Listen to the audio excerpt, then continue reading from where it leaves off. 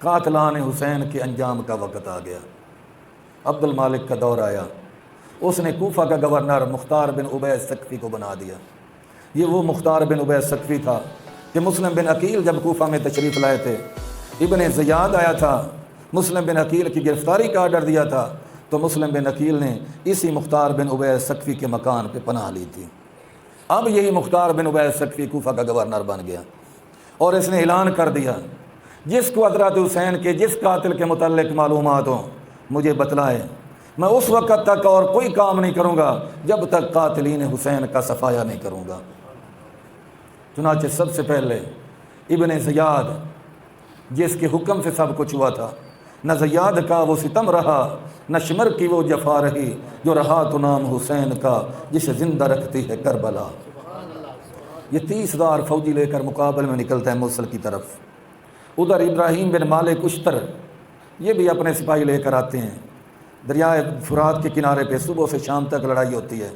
شام کی ابن زیاد کے فوجی بھاگ جاتے ہیں، کچھ گرفتار ہو جاتے ہیں، ابن زیاد بھی گرفتار ہو جاتا ہے، اور ابن زیاد اور اس کے ساتھیوں کا سر قلم کر کے مختار بن عبید ثقفی کے مکان پہ محل پہ لایا جاتا ہے، اسی جگہ جہاں کچھ عرصہ پہلے 10 محرم الحرام جمعے کے دن کو حضرت حسین کا سر ابن زیاد کے سامنے پڑا تھا، آج اسی مقام پہ 10 محرم کی تاریخ ہے، جمعے کا دن ہے، مختار بن ابی عبید ثقفی تخت پر ہے اور اس کے سامنے ابن زیاد کا سر پڑا ہے اور باقیوں کے سر پڑے ہیں۔ تاریخ اپنے آپ کو دہرا رہی ہے۔ ترمذی شریف کے اندر موجود ہے کہ جب ان کے سر وہاں پڑے تھے بدبختوں کے، ایک سانپ آتا ہے، تمام سروں کا چکر لگاتا ہے، آخر ابن زیاد کے سر کے پاس جب پہنچتا ہے تو اس کے ناک کے نتھنے میں داخل ہو جاتا ہے، پھر منہ سے باہر نکل جاتا ہے، پھر داخل ہوتا ہے، پھر نکلتا ہے، پھر داخل ہوتا ہے، پھر نکلتا ہے۔ لکھنے والے لکھتے ہیں کہ 3 مرتبہ داخل ہوا، 3 مرتبہ نکلا، پھر وہ سانپ ایسے غائب ہوا کہ کسی نے دیکھا ہی نہیں۔ اس کا انجام ہو گیا۔ عمر بن سعد کو گرفتار کر کے لایا گیا۔ جب عمر بن سعد پہنچا مختار کے دربار میں، اس کا بیٹا حفص پہلے گرفتار ہو چکا تھا، تو مختار نے کہا ظالم تجھے بھی حیا نہیں آئی، تو بھی حضرت حسین کے قتل میں شامل تھا؟ کہنے لگا میرا کوئی قصور نہیں، ابن زیاد کا آرڈر تھا۔ مختار نے کہا اگر ابن زیاد تجھے کہتا کہ تو اپنی اولاد کو قتل کر تو کرتا؟ جواب نفی میں تھا۔ تو اس نے کہا ظالم تجھے اپنی اولاد پیاری تھی، خاندان مصطفیٰ کے ساتھ پیار نہ تھا، آرڈر دیا اس کی آنکھوں کے سامنے اس کے جوان بیٹے حفص کا سر قلم کر دیا جائے تاکہ پتہ چلے کہ حسین نے بھی اپنے 18 سالہ علی اکبر کو تڑپتے کس طرح دیکھا تھا، یہ بھی اپنے بیٹے کو تڑپتا دیکھ لے۔ حفص کا سر قلم کر دیا گیا اور پھر عمر بن سعد کا سر بھی قلم کر دیا گیا۔ یہ حفص علی اکبر کا بدلہ ہے، ابن زیاد حسین ابن علی کا بدلہ ہے۔ لیکن قسم رب کعبہ کی اگر دنیا کا 1/3 حصہ 1/4 حصہ میں حسین کی شہادت کے بدلے قتل کر ڈالوں، حسین کی چھوٹی انگلی کا بدلہ بھی نہیں ہو سکتا۔ یہ الفاظ تھے مختار بن عبید ثقفی کے۔ اسی طرح تفصیل کا موقع نہیں، شمر بن ذوالجوشن کو گرفتار کر کے لایا گیا، سر قلم کر دیا گیا، لاش کتوں کے آگے پھینک دی گئی، کتے کھا گئے۔ خولی بن یزید کو لایا گیا، اس کے دونوں ہاتھ کاٹ دیے، دونوں پاؤں کاٹ دیے، لاشا تڑپ رہا تھا اور مختار کہہ رہا تھا وہ منظر یاد کر جب شہدائے کربلا کے لاشیں تڑپ رہے تھے، آج تو موت بھی مانگے گا تجھے موت نہیں آئے گی۔ کافی دیر کے بعد آگ لگا دی، زندہ جلا دیا اور راکھ بھی اس کی ہوا کے اندر اڑا دی۔ حکیم بن طفیل طائی گرفتار ہو کے آیا جس نے حضرت عباس بن علی رضی اللہ تعالیٰ عنہ کو شہید کیا تھا۔ غازی عباس جب مشکیزہ پانی کا بھر کے لا رہے تھے تو تیر مارے تھے، مشکیزہ چھل نہیں ہوا، حضرت عباس شہید ہوئے۔ جب یہ گرفتار ہو کے آیا تو آرڈر دے دیا اس کے چہرے پہ تیر چلائے جائیں، چہرے کو چھل نہیں کر دیا جائے۔ چہرے پہ تیر چل رہے تھے، پانی پانی کر رہا تھا، جواب مل رہا تھا حضرت علی اصغر کی پیاس کو یاد کر، علی اکبر کی پیاس کو یاد کر، جب انہیں پانی نہیں مل سکا تجھے بھی نہیں ملے گا، جہنم کا کھولتا پانی ملے گا۔ اس حالت میں جان اس کی نکل گئی۔ اس طریقہ پر تفصیل کا موقع نہیں، حرملہ بن کاہل گرفتار ہو کے آیا کہ جب حضرت حسین 6 ماہ کے حضرت علی اصغر کو اٹھا کے لائے تھے کہ ظالموں تمہاری میری دشمنی ہوگی، اس کی کیا دشمنی ہے، 3 دن سے پیاسا ہے۔ اس ظالم نے تیر مارا تھا، حضرت علی اصغر کے حلق سے پار ہوا تھا، حضرت حسین نے خون کا چلو لیا تھا، آسمان کی طرف بلند کیا، اللہ اگر اس میرے ننھے پودوں معصوم بچے کے خون سے تیرے دین کے پودوں کی آبیاری ہوتی ہے، سودا بڑا سستا ہے۔ آج اسی علیہ السلام کا قاتل سامنے میدان میں کھڑا تھا اور آرڈر مل گیا تھا اس کی گردن پہ تیر مارو، اس طرح سے کہ گردن تھوڑی تھوڑی کر کے کٹے۔ حلق پہ تیر اس وقت مارنا ہے جب چاروں طرف سے گردن کٹ چکی ہو، صرف حلق حلقوم باقی ہو۔ اس طریقے سے حرملہ بن کاہل کو جہنم رسید کر دیا۔ یعنی جتنے بھی حضرت حسین کے قاتل تھے، جس کے متعلق بھی پتہ چلا، گرفتار کرایا اور پھر اسے عبرت ناک موت مارا گیا، اور جو نہیں قابو آئے وہ اللہ کی پکڑ سے نہ بچ سکے۔ جبار بن یزید تھا، حضرت حسین کی شہادت کے بعد حضرت حسین کا امامہ اٹھایا، اپنے سر پہ رکھا، ناچ رہا تھا، مذاق اڑا رہا تھا، یہ حسین کا امامہ ہے۔ وہ وقت ہے اللہ نے اسے پاگل بنا دیا، دیواروں میں ٹکرے مارتا تھا، درختوں کے ساتھ ٹکرے مارتا تھا، اولاد نے زنجیروں میں جکڑ دیا، آخر دیواروں سے ٹکرے مار مار کے یہ جہنم کے اندر پہنچ گیا۔ اس طریقہ پر عبد الرحمن بن حسین تھا، اس نے حضرت حسین کا پیرہن کرتا مبارک پہنا تھا، اللہ نے اسے برس کی بیماری لگا دی، کوڑ کی بیماری لگا دی، اس کا جسم گل سڑ کر گرنے لگا، بوٹی بوٹی اس کی الگ ہو گئی، اور اتنی بدبو تھی کہ کوئی قریب کھڑا نہ ہو سکتا تھا۔ آواز آ رہی تھی کذالک العذاب ولعذاب الآخرۃ اکبر، یہ تو دنیا کا عذاب ہے، آخرت کے عذاب کا تو تمہیں پتہ ہی نہیں ہے۔ اسی طریقہ پر ایک بدبخت وہ بھی تھا، علامہ ابن جوزی لکھتے ہیں حضرت حسین کے قتل میں بھی شامل تھا، اور اس کی بدبختی انتہا کو پہنچی ہوئی تھی۔ روزانہ 1000 مرتبہ خاندان مصطفیٰ پہ لعنت بھیجتا تھا، اور جب جمعے کا دن آتا 4000 مرتبہ لعنت بھیجتا۔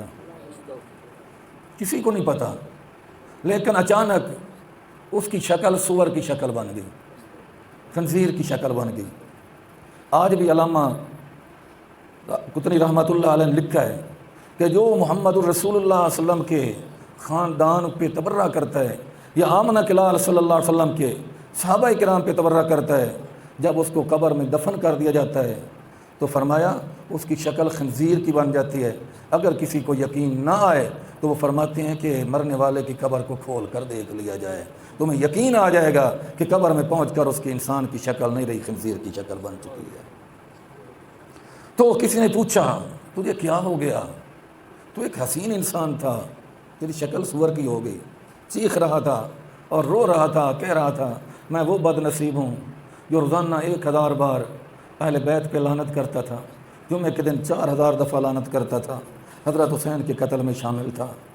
ایک رات خواب میں آمنہ کے لال کا دیدار ہوا، حضرت علی بھی ساتھ ہیں، حضرت حسن بھی ساتھ ہیں، حضرت حسین بھی ساتھ ہیں۔ حضرت حسن نے رو کے کہا نانا جان، یہ بدبخت روزانہ 1000 مرتبہ ہمارے اوپر لعنت کرتا ہے۔ بس حضرت حسن کا یہ کہنا تھا، آمنہ کے لال نے میرے چہرے پہ تھوک دیا، محبوب کا تھوکنا تھا، میری آنکھ کھلی تو شکل خنزیر کی بن چکی تھی۔ اللہ تعالیٰ اہل بیت سے محبت عطا فرمائے، خاندان مصطفیٰ سے محبت عطا فرمائے، اصحاب مصطفیٰ سے محبت عطا فرمائے۔ ایک علامہ ابن جوزی رحمۃ اللہ علیہ نے یہ بھی لکھا ہے کہ ایک مجلس لگی ہوئی تھی اور یہ تذکرہ چل پڑا کہ جس نے بھی حضرت حسین کی شہادت میں حصہ لیا عبرت کی موت مارا۔ ایک بوڑھا بیٹھا تھا، کہنے لگا سب غلط ہے، میں بھی قاتلین حسین میں شامل تھا، لیکن دیکھو میں ٹھیک ٹھاک ہوں، مجھے تو کچھ نہیں ہوا۔ مجلس برخاست ہوئی، گھر گیا، چراغ جل رہا تھا، بجھانے لگا، آگ نے لپیٹ میں لے لیا، صبح راکھ بن چکا تھا۔ کذالک العذاب ولعذاب الآخرۃ اکبر لو کانوا یعلمون۔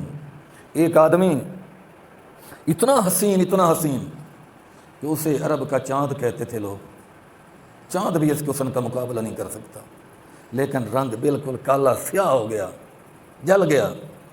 علامہ ابن جوزی لکھتے ہیں کسی نے پوچھا تجھے کیا ہو گیا؟ کہتا ہے میں بھی انہی بد نصیبوں میں ہوں جو حضرت حسین کے قتل میں شامل تھے۔ اس وقت سے روزانہ رات کو لیٹتا ہوں، 2 سفید پوش آتے ہیں، مجھے پکڑ کے لے جاتے ہیں، آگ دہک رہی ہوتی ہے، میرا چہرہ آگ کے اوپر کر دیتے ہیں، جل جل کے میرے چہرے کا رنگ دیکھ رہے ہو، اور ساتھ ہی آواز سنتا ہوں کذالک العذاب ولعذاب الآخرۃ اکبر، یہ تو دنیا کا عذاب ہے، مرنے کے بعد دیکھنا تیرے ساتھ کیا ہوتا ہے۔ ایک آدمی بالکل آنکھیں ٹھیک تھیں، تندرست تھا، صبح ہوئی تو نابینا تھا۔ کسی نے پوچھا تجھے کیا ہو گیا؟ کہنے لگا میں بھی انہی بد نصیبوں میں ہوں۔ ہوا کیا؟ کہتا ہے رات کو سویا ہوں، خواب دیکھا ہے ایک گائے کا چمڑا بچھا ہوا ہے اور اس چمڑے پہ آمنہ کے لال صلی اللہ علیہ وسلم تشریف فرما ہے۔ محبوب کے ہاتھ میں خون کی ایک شیشی ہے اور دوسرے ہاتھ میں سلائی ہے۔ قاتلان حسین میں سے ایک ایک پیش کیا جاتا ہے۔ کسی کو محبوب تلوار اٹھاتے ہیں، سر قلم کر دیتے ہیں، اور کسی کی آنکھ میں وہ سلائی پھیر دیتے ہیں۔ جب میں قریب ہوا تو محبوب نے فرمایا، ظالم تجھے بھی حیا نہیں آیا، تو نے بھی میرے خون کا پاس تجھے بھی نہیں تھا، تو نے بھی حضرت حسین کا خیال نہیں کیا، علی اکبر علی اصغر قاسم کا تجھے بھی حیا نہیں آیا۔ میں رونے لگا، چلانے لگا، چیخنے لگا۔ محبوب نے وہ خون والی شیشی میں سلائی ڈالی اور خون نکالا، میری آنکھوں میں سلائی پھیری تو کہتے ہیں میری آنکھ جو کھلی تو بینائی میری جواب دے چکی تھی، آواز آ رہی تھی کذالک العذاب والعذاب الآخرۃ اکبر لو کانوا یعلمون۔ یہ تو دنیا کا عذاب ہے، آخرت میں حسین ابن علی خاندان مصطفیٰ کا کوئی قاتل اللہ تبارک و تعالیٰ کے عذاب سے بچ نہیں سکے گا۔ لیکن آخری بات، ہدایت کس کے پاس ہے؟ دیکھو مختار بن عبید ثقفی نے کتنا بڑا کارنامہ سر انجام دیا۔ یہ بھی حضرت ابن عباس سے مروی ہے کہ اللہ نے نبی پاک کی زندگی میں اللہ نے وحی فرمائی محبوب پر، اے میرے محبوب، زکریا علیہ السلام کے صاحبزادے یحییٰ علیہ السلام کو ظلماً شہید کیا گیا، بدلے میں 70,000 قتل ہوئے، لیکن تیرے نواسے کو جب شہید کیا جائے گا بدلے میں 70,000 اور 70,000 قتل ہوں گے، یعنی 1,40,000 تیرے نواسے کے بدلے میں قتل ہوگا، جہنم رسید ہوگا۔ تو مختار بن ابی عبید ثقفی نے حضرت حسین رضی اللہ تعالیٰ عنہ کا بدلہ لیتے ہوئے 1,40,000 آدمیوں کو قتل کیا تھا، 1,40,000 آدمیوں کو۔ اب ہر طرف مختار ہی ہو گئی، ہر طرف کون اس سے محبت نہ کرتا، کون اس سے پیار نہ کرتا، جس نے اتنا بڑا کارنامہ سر انجام دیا۔ لیکن ہدایت تو میرے رب کے اختیار میں ہے، یہ اس محبت کو ہضم نہ کر سکا، پیار کو ہضم نہ کر سکا، مقبولیت کو ہضم نہ کر سکا۔ اس نے کہا اب گورنری پہ کیا گزارا کرنا، لوگ تو معتقد ہو ہی گئے ہیں، کیوں نہ ہو جو نبوت کا اعلان کر دیا۔ اسی ظالم نے پھر نبوت کا اعلان کر دیا، مرتد ہو گیا۔ حضرت عبداللہ بن زبیر رضی اللہ تعالیٰ عنہ پھر میدان کارزار میں اس کے خلاف نکلے، اور پھر اس کا سر حضرت عبداللہ بن زبیر رضی اللہ تعالیٰ نے قلم کیا۔ وہی محل تھا، وہی جگہ تھی جہاں کبھی حضرت حسین کا سر تھا، کبھی ابن زیاد کا سر تھا، آج اسی جگہ پہ مختار بن عبید کا سر پڑا تھا، اور تقریر کہہ رہی تھی کہ لوگو اللہ سے ہدایت مانگو، اور ہدایت مل جائے تو اللہ سے ہدایت پہ استقامت مانگو۔ اصل ہدایت ملنا بہت بڑی چیز ہے، لیکن اصل چیز ہدایت ملنے کے بعد استقامت ہے، کہ اللہ تبارک و تعالیٰ مرتے دم تک کلمے پہ استقامت عطا فرمائے۔